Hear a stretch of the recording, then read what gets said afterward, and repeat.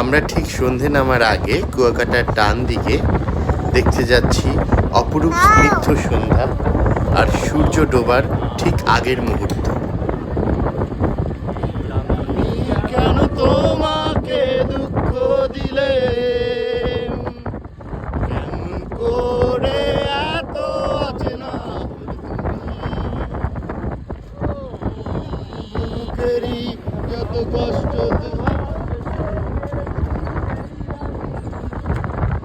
বুকেরই যত কষ্ট দুহাতে জড়িয়ে চলো বদলে যাই।